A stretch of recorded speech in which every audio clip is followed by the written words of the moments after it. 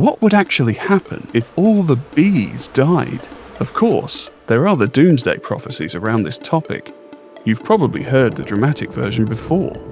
If bees disappear, humans only have 4 years left. That quote is often credited to Einstein, even though he probably never said it. Thankfully, it's not quite true. If all bees vanished tomorrow, humanity wouldn't instantly collapse. Supermarkets won't be gutted by the weekend. They would just become even duller than they already are. Bread, rice, pasta, potatoes, and most of our basic calories would still make up a livable, near-apocalyptic diet for all of us. But the world would become poorer, uglier, more expensive, and so much less delicious. Because bees don't just make honey. Their real job is pollination. When a bee lands on a flower, pollen sticks to its body. As it moves from plant to plant, it transfers that pollen, allowing the plants to produce fruits, seeds, and nuts. It's basically a tiny, flying delivery service for plant reproduction. And while not every crop needs bees, many of the foods we actually enjoy do. Apples, blueberries, strawberries, almonds, cherries, cucumbers, pumpkins, avocados, coffee, cocoa, just to name a few.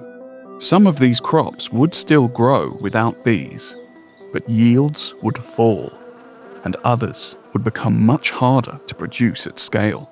So get ready to have your bank account assaulted if you care to eat anything less bland than a potato. Foods that rely heavily on pollinators would become rarer, more labor-intensive, and much more expensive. Then, there's the knock-on effect for animals. Bees pollinate wildflowers and plants that feed insects, birds, and mammals. If those plants decline, the creatures that depend on them decline too. And then the animals that eat those creatures start to suffer. It's not one neat disaster. It's a chain reaction that unravels across time. Fields become quieter. Meadows lose color. Birds lose food. Ecosystems start to simplify, and that's the scary part. Nature doesn't collapse suddenly like a building. It unfolds and gradually reveals the consequence of a missing crucial element. Of course, people would try to adapt. In some parts of the world, farmers already pollinate crops by hand when insect populations are too low. Workers use brushes to move pollen from flower to flower. But doing that globally would be painfully slow, expensive, and nowhere near as efficient as billions of insects doing it for free. Thankfully, researchers at the V's Institute are focused on supergluing our lives back together were the worst to happen. The Black Mirror solution of creating millions of artificial bee drones may actually be the way we have to rage on. We might also lean more on other pollinators, but bees are especially good at the job.